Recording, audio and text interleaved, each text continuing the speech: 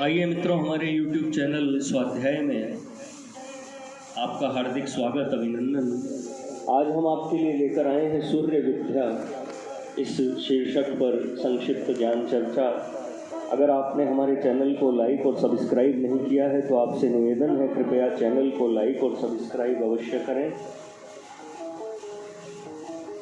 वैदिक संस्कृति का मूलाधार मंत्र दृष्टा ऋषि एवं ऋषिकाएं हैं। ऋषि को कवि एवं मुनि नाम से भी संबोधित किया गया है। ऋषि का अर्थ प्राणवान और कवि मुनि का अर्थ अंतर्मुखी, क्रांतदर्शी, अंतः चेतनावान, आंतरिक ब्रह्मांड से साक्षात्कार प्राप्त प्रज्ञावान आदि है। ऋग्वेद के सभी 10 विभागों मंडलों में 128 सूक्त है और मंत्र दृष्टा ऋषि ऋषिकाओं की संख्या 296 है। ऋग्वेद में ब्रह्मांड दर्शन, ब्रह्मांड उत्पत्ति, सविता प्रकटीकरण, अनेक सूर्यों की रचना और सृष्टि सृजन का सूक्ष्म से सूक्ष्मतम वर्णन बहुत ही सुंदर है। यह वर्णन वर्तमान भौतिक विज्ञान के मापदंडों पर भी खरा उतरता है। परव्योम अर्थात महाकाश में ब्रह्मांड एवं सृष्टि रचना का वर्णन ऋग्वेद के नासदीय सूक्त, पुरुष सूक्त, विश्वकर्मा सूक्त, हिरण्यगर्भ सूक्त, प्रजापति सूक्त आदि में मिलता है। ऋग्वेद के सूक्तों में परम व्योम शब्द नए रहस्य लोक में ले जाता है, अर्थात हमें दिखाई देने वाले आकाश व्योम के अलावा भी एक महाआकाश है। सूक्तों में स्पष्ट किया गया है कि परम व्योम में अप या आप सलिल जल का महासमुद्र रहा, चारों ओर अनंत अप रहा। उस समय प्रकाश भी नहीं था और अंधकार भी नहीं था। अव्यक्त से व्यक्त हुआ, उसने अपनी इच्छा शक्ति से सृष्टि की प्रेरणा की।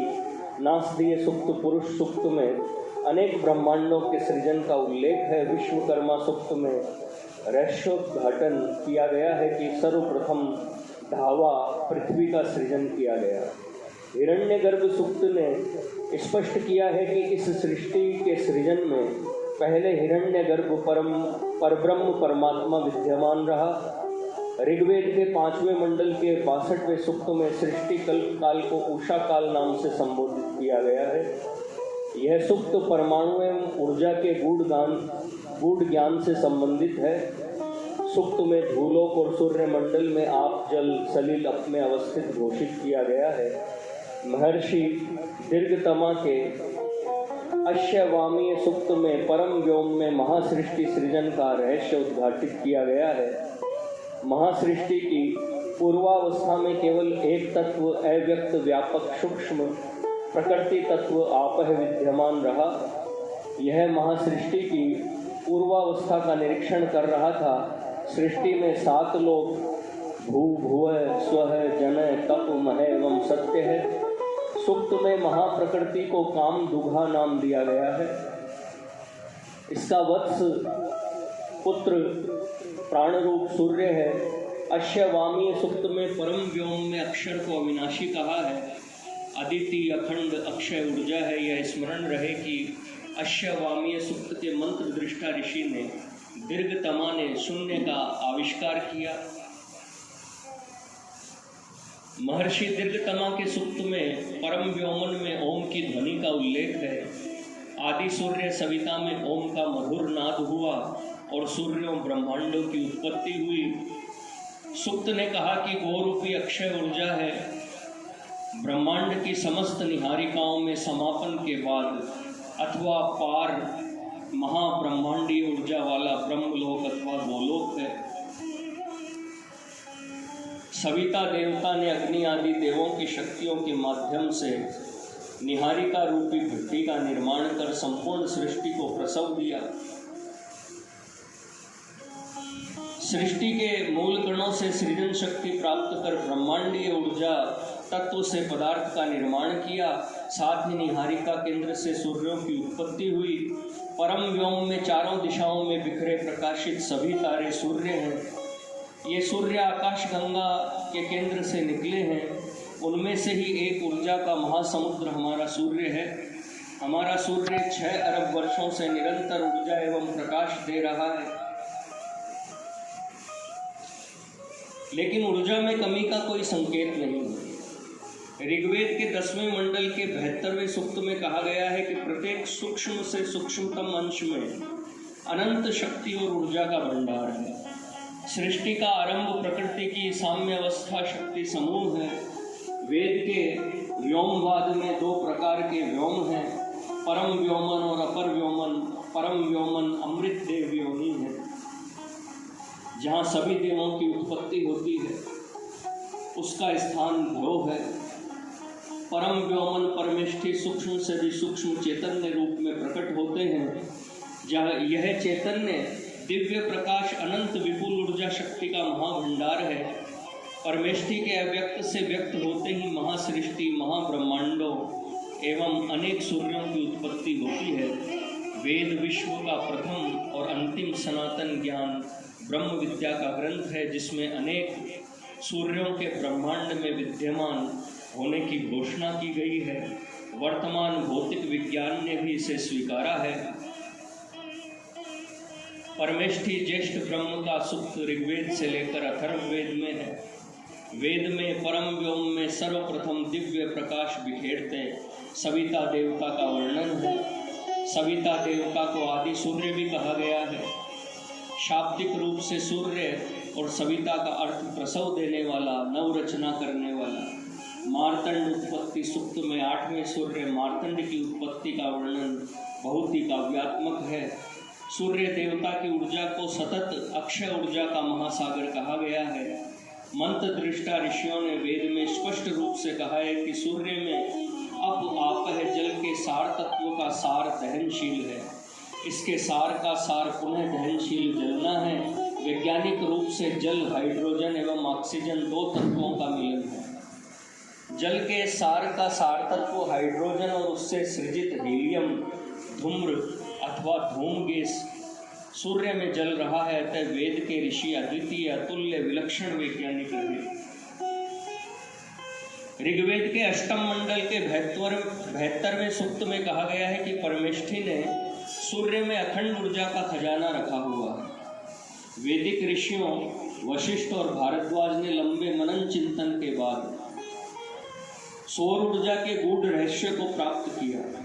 वेद में सौर ऊर्जा के लिए सूर्य है, धर्म है शब्द को काम लिया गया है। ऋग्वेद के अनुसार सूर्य की किरणों से 7 प्रकार की ऊर्जा सप्तपदी प्राप्त की जा सकती है। इस ऊर्जा से अन्न, ईश और ऊर्ज ऊर्जा दोनों प्राप्त होते हैं। ऋग्वेद और यजुर्वेद की ऋचाओं के अनुसार सूर्य किरणों में विद्युत चुंबकीय प्रवाह भी है। ऋग्वेद में सूर्य मंडल में कुछ काले चिन्हों विज्ञान के ब्लैक होल का वर्णन है। सूर्य से चक्षु रहस्यत्यावृतम, सूर्य आकर्षण शक्ति से सौर मंडल को रोके है। सूर्येण उत्तभित्ता ध्रुव, सूर्य की किरणें ही पदार्थ को रंग देती है। ये त्रिसप्ताह पर्यंती विश्वारूपाणि बिभ्रत है। सूर्य और वैश्वानर अग्नि संबंध पर ऋग्वेद के 10वें मंडल का 88वां सूक्त प्रकाश डालता है। हिरण्यगर्भ में वैश्वानर अग्नि कार्यरत है। यह वैश्वानर अग्नि सूर्य को कार्य में लगाती है। सूर्य में अग्नि परमात्मा का तेज है। परमात्मा का तेज हिरण्यगर्भ में वैश्वानर अग्नि बन जाता है। यह अजर अमर है। यह यज्ञ करने वाले देवताओं द्वारा प्रयुक्त होती है। यज्ञ सृष्टि रचना कार्य है, अर्थात दिव्य रहस्यमय अग्नि अपने तेज शक्ति से आकाश, पृथ्वी और अंतरिक्ष का निर्माण करती है। वैश्वानर अग्नि समूचे सौरमंडल के लिए रही। सूर्य ने आपह को इसमें फैला दिया। ऋग्वेद के प्रथम मंडल के प्रथम सूक्त के प्रथम मंत्र का प्रथम शब्द अग्नि है। वैदिक रूप से समष्टि तीनों लोकों विश्व में व्याप्त सूर्य आदि तीनों अग्नियों को नर कहते हैं। अतः वैश्वानर का अर्थ समस्त विश्वों में व्याप्त ऊर्जा अग्नि है। अग्नि के 3 जन्म स्थान भूलोक, अंतरिक्ष भी भूलोक और समुद्र है। अग्नि व्यापक रूप ऊर्जा, पुरुष अग्नि सभी लोकों में ऊर्जा का केंद्र, तड़ित कण, आकर्षण शक्ति, स्वाभाविक ऊर्जा आदि है। अग्नि की 4 प्रकार की शक्तियाँ ऋक् प्रार्थना की शक्ति, यजु शक्ति कर्मठता, साम शक्ति संगीत की शक्ति और अथर्व शक्ति विज्ञान की शक्ति है। 4 शक्तियों से अभिप्राय आदि भौतिक शक्ति, आदि दैविक शक्ति, आध्यात्मिक शक्ति एवं मौलिक शक्ति से है। अर्थात जीवन मृत्यु प्रत्येक पदार्थ की रचना संभव है। ऋग्वेद में अग्नि को विद्युत रथ कहा गया है। विद्युत रथ सहस पुत्रो अग्नि। ऋग्वेद में कहा गया है कि अग्नि अपने प्रकाश से धूलोक एवं पृथ्वी को प्रकाशित करती है। अग्नि जीवन शक्ति का दाता जीवपीत सर्ग कहा है। जीवपीत सर्ग यानी जो प्राणियों द्वारा पीने या अंदर लेने से नवीन सृष्टि करता है। ऋग्वेद के अनुसार वायु मंथन से अग्नि विद्युत उत्पन्न होती है। मथीद यदि विभृतो मातरिश्व। यजुर्वेद में सूर्य और अग्नि को निधिपा कोश की रक्षा करने वाला बताया है। अग्नि में संप्रेषण शक्ति है। विश्वस्य दूतम अमृतम स दुद्रवत स्वाहुत है। जीवन विज्ञान की दृष्टि से अग्नि स्वतंत्र स्नायु संस्थान है। ऋग्वेद में अग्नि को अनंत ऊर्जा का महासागर कहा है।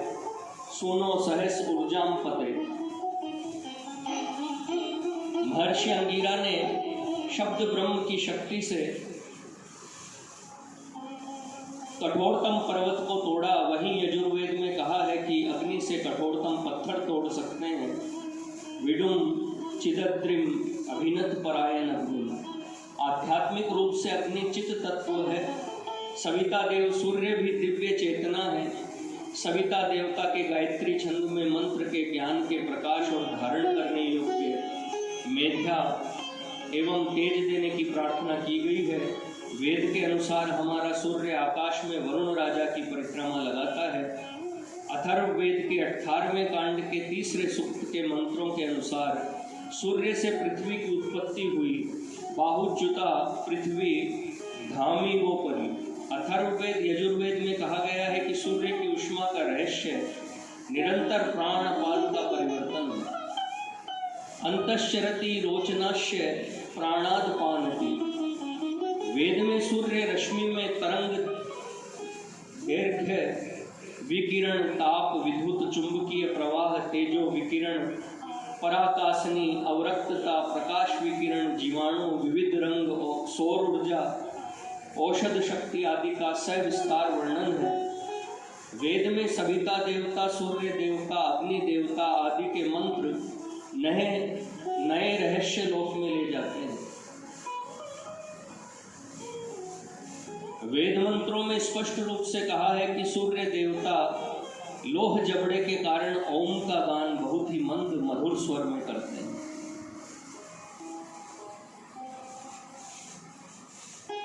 इससे उनका मुंह अधिक नहीं खुलता। पश्चिमी जगत के विद्वानों ने उसे गल्प कहा है। प्रकारांतर में अमेरिकी एजेंसी नासा ने सूर्य की ध्वनि जारी की।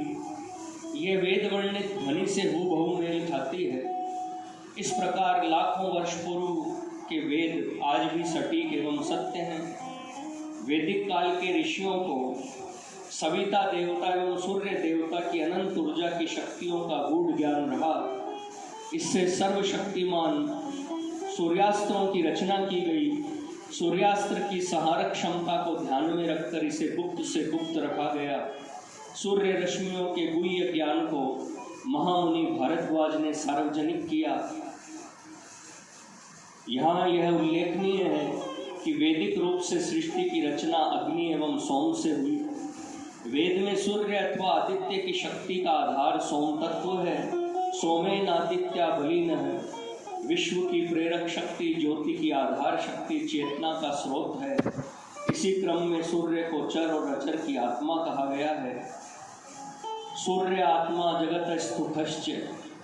दूसरे शब्दों में सूर्य से ही पृथ्वी पर जीवन है। यजुर्वेद में कहा गया है कि पृथ्वी सूर्य आदि सदा घूमते रहते हैं। समावर्तति पृथ्वी समूषः समो सूर्य है समो विश्वमिदं जगत। मंत्र में कहा गया है कि इंद्र ने सूर्य की परिधि को चारों तरफ से देखा। योग दृष्टि और साधना से सूर्य की परिधि को देखना संभव हुआ। इंद्र परि सूर्यस्य परिधीन अपश्यत। वेद में कहा गया है कि राजा वरुण सूर्य के लिए मार्ग बनाता है। वरुण जहाँ चलने का मार्ग नहीं है वहाँ पैर रखने के लिए पथ निर्माण करता है। उरुम ही राजा वरुणश्चकार सूर्याय पंथाम मन वेतवा ओम अपवे पादा तटघातवे कह। सूर्य को सभी कार्यों में वरुण की सहायता की आवश्यकता होती है। यह वैदिक मान्यता है कि मानवीय पिंड अथवा अंड और ब्रह्मांड एकाकार है। वेद मानवीय शरीरस्थ अंड में स्थित वैदिक देवताओं का भी रहस्योद्घाटन करता है। वेद के अनुसार मानवीय शरीर में सूर्य ब्रह्मरंध्र अथवा सहस्रार और नाभि के समीप स्थित है। अथर्ववेद के प्रथम कांड के तीसरे सूक्त में कहा गया है कि हे आदित्य देवों, इन मनुष्यों में जागृत रहो। विश्व देवा वसवा रक्षत मनुतादित्य जागृत योम स्थिन।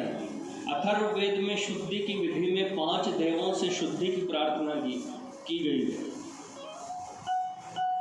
शुद्धि की प्रार्थना की गई है। ये 5 देवता सूर्य, चंद्रमा, अग्नि, वायु और आप है। इनकी शक्तियां क्रमशः सूर्य से प्रकाश, अग्नि से तपन, चंद्र से सौम्यतापूर्ण प्रकाश, वायु से गति और आप जल से शांति है। वेद में सूर्य की उपमा नेत्र ज्योति से की गई है। जीव विज्ञान की दृष्टि से सूर्य मस्तिष्क में क्रिया तंत्रों से संबंध नाड़ी ग्रंथि है। सूर्य मानव के क्रिया तंत्र को नियंत्रित करता है। सूर्य के रथ के 7 अश्व मानवीय शरीर में 7 क्रिया तंतु हैं। ये मस्तिष्क में विद्यमान मुख्य ज्ञान तंतुओं के केंद्र से उत्पन्न होते हैं। दूसरे शब्दों में सूर्य 7 ज्ञानेंद्रियों, 2 आँख, 2 कान, 2 नाक एवं जिह्वा के द्वारा बाह्य जगत की सूचनाएं एकत्र कर निर्णयानुसार कर्मेंद्रियों से क्रियान्वयन करवाता है। इस प्रकार वेद में वर्णित सूर्य का जीव वैज्ञानिक वर्णन बहुत ही अद्भुत है। मित्रों, यह थी सूर्य विद्या से संबंधित संक्षिप्त ज्ञान चर्चा। अगर आपको हमारा चैनल पसंद आए तो इसे लाइक और सब्सक्राइब अवश्य करें। धन्यवाद।